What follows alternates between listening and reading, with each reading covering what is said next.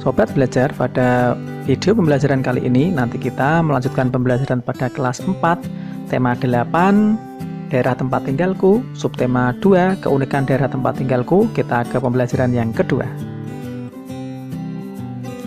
Pembelajaran 2 ini termuat 3 muatan pelajaran ya. Ada bahasa Indonesia, SPDP, dan ilmu pengetahuan alam.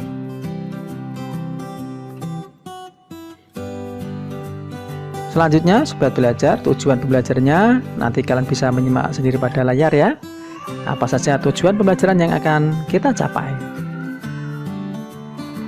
Nah, sobat belajar, langsung saja kita mulai pembelajaran hari ini. Sudah siap dan tetap semangat.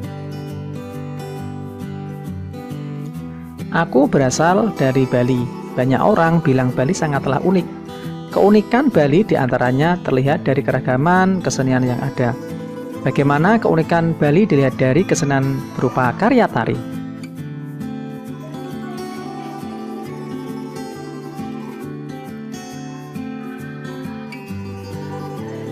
Dayu berasal dari Bali. Bali terkenal dan kaya ragam tari-tarian yang indah. Dayu sangat menyukai tari, oleh sebab itu Dayu rajin berlatih tari. Kali ini Dayu berlatih tari pendet.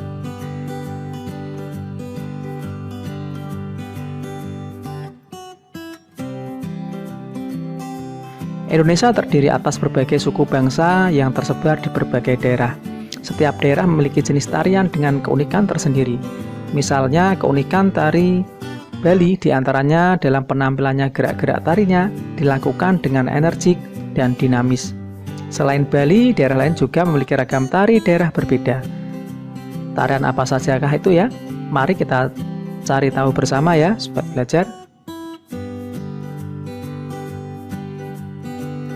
Mari berdiskusi. Apa saja karya tari yang kamu ketahui, dari daerah mana saja? Coba kalian cari tahu dari berbagai karya tari dan daerah asalnya. Nah, kalian nanti bisa dituliskan dalam kolom berikut ya. Nah, contohnya seperti ini. Tari tortor dari Sumatera Utara, tari piring dari Sumatera Barat, tari apong dari Jakarta, gambyong Jawa Tengah, reok Ponorogo Jawa Timur, tari kecak Bali, tari hudok dari Kaltim, tari balumba Sulawesi Tenggara, dan tari berburu dari Papua. Masih banyak lagi ya sobat belajar tari-tarian daerah yang lainnya. Nanti dicari sendiri.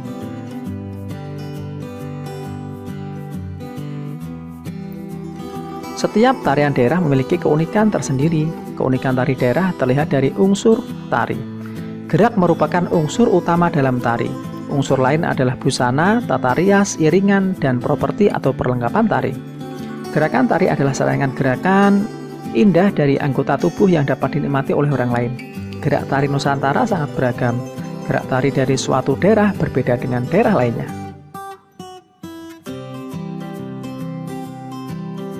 Mari mengamati sobat belajar. Kalian bisa simak ya, ini ada tari kecak dari Bali. Kemudian ada tari merak dari Jawa Barat. Selanjutnya ada tari kipas serumpun dari Sumatera Selatan.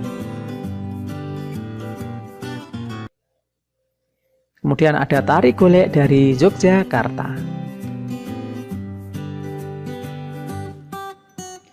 Ada 2 jenis karya tari, yaitu tari tradisional dan tari kreasi baru. Tahukah kamu apa yang dimaksud dengan tari tradisional?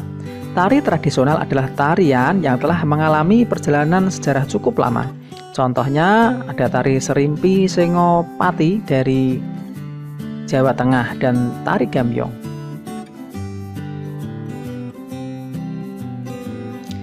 Coba kalian cari contoh tari tradisional di Indonesia ya. Ini kolomnya, contohnya seperti ini sobat belajar. Tari gambyong dari Jawa Tengah, reok Ponorogo Jawa Timur, tari kecak dari Bali, tari berburu dari Papua. Selanjutnya, tahukah kamu apa yang dimaksud dengan tari kreasi baru? Tari kreasi baru sering disebut tari modern. Tari kreasi baru merupakan karya tari garapan baru.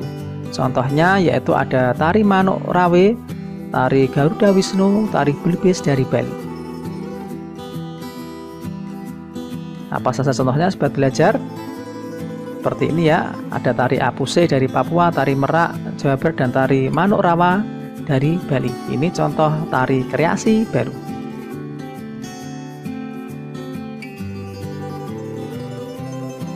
Dayu teringat dengan neneknya. Nenek Dayu tinggal di Pulau Bali. Dayu sering mengunjungi neneknya yang tinggal di Pulau Bali. Dayu menyeberang dari Pulau Jawa ke Bali menggunakan kapal feri. Pulau asal, maksud kami Pulau Bali dan Pulau Jawa dihubungkan oleh sebuah selat. Selat itu bernama Selat Bali. Asal-usul terjadinya Selat Bali diceritakan dalam sebuah cerita. Mari kita simak ya sobat belajar.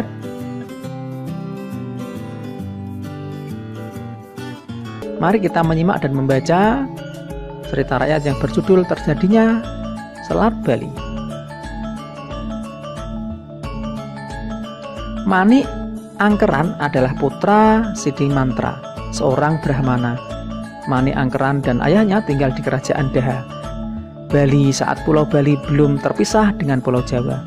Manik Angkeran suka sekali menghambur-hamburkan harta orang tuanya.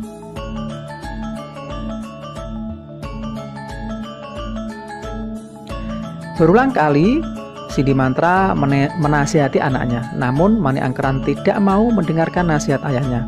Harta orang tuanya pun dihabiskan. Bahkan dia berani berutang kepada orang lain. Pada akhirnya Manik dikejar-kejar oleh penagih utang.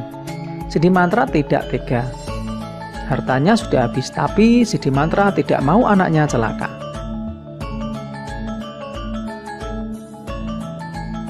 Suatu saat Sidimantra mendapat petunjuk lewat mimpi untuk meminta pertolongan pada naga Besukih di Gunung Agung.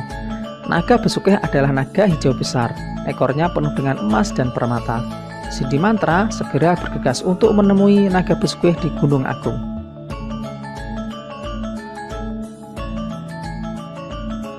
Sidimantra menjelaskan maksud kedatangan kepada naga Besukih. Sidimantra meminta sedikit harta untuk membayar utang-utang Manik Angkeran. Naga Besukih bersedia untuk membagi sebagian hartanya. Naga Besukih mulai menggoyang-goyangkan ekornya, seketika beberapa emas dan permata pun rontok.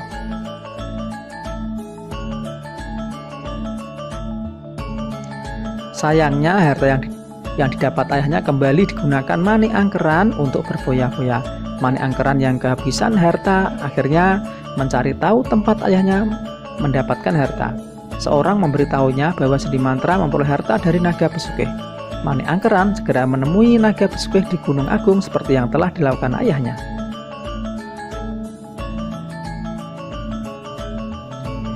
Naga Besukih, sudilah kiranya kau bagi sedikit hartamu untuk membayar utang-utangku, kata Manik Angkeran kepada naga Besukih. Aku sudah memberi ayahmu Sidimantra emas dan permata, apakah itu masih kurang? Kata naga Besukih sedikit kesal. Aku mohon beri aku sedikit lagi hartamu, naga Besukih yang murah hati, mohon Manik Angkeran kepada naga Besukih. Baiklah, aku akan mengabulkan permintaanmu, asal kau berjanji tidak akan berfoya-foya lagi, kata naga Besukih.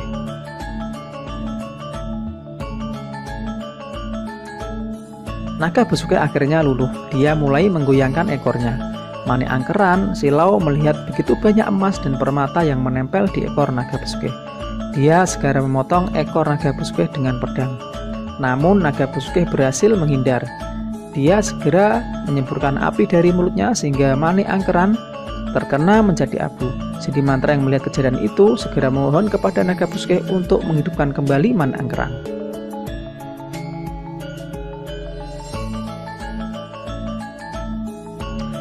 Wahai naga Besukih, sudikah kau menghidupkan kembali anak Manik Angkeran?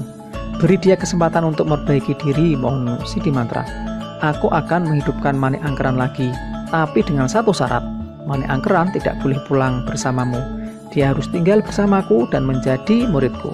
Aku akan mengajarkan dia menjadi orang yang baik dan berilmu, kata naga Besukih sambil menghela nafas.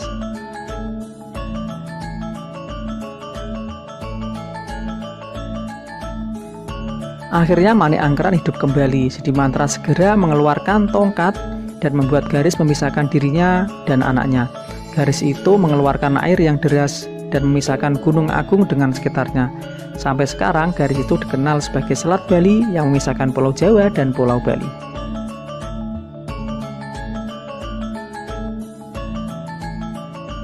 Nah, sobat belajar, setelah kalian menyimak cerita tadi, coba jawab pertanyaan berikut ya. Yang pertama, sebutkan tokoh-tokoh yang terdapat dalam cerita berjudul Terjadinya Selat Bali. Tokoh-tokohnya tadi ada Mani Angkeran, Sidimatra, dan Naga Besuke. Yang kedua, pada pembelajaran subtema 1, kamu telah mempelajari tentang tokoh protagonis dan antagonis. Apa yang dimaksud dengan protagonis dan antagonis? Protagonis adalah tokoh yang bersifat baik, kemudian antagonis adalah tokoh yang bersifat tidak baik.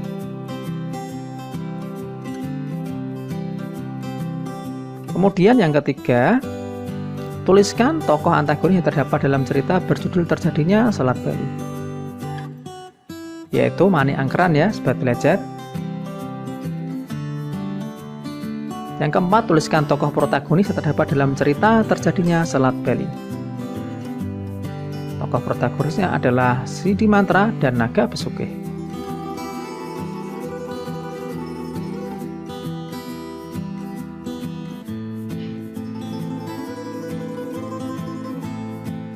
Dayu selesai berlatih tari, Dayu pulang dengan mengendarai sepeda. Mulanya Dayu mengayuh sepeda perlahan, kemudian Dayu mengayuh sepeda semakin cepat.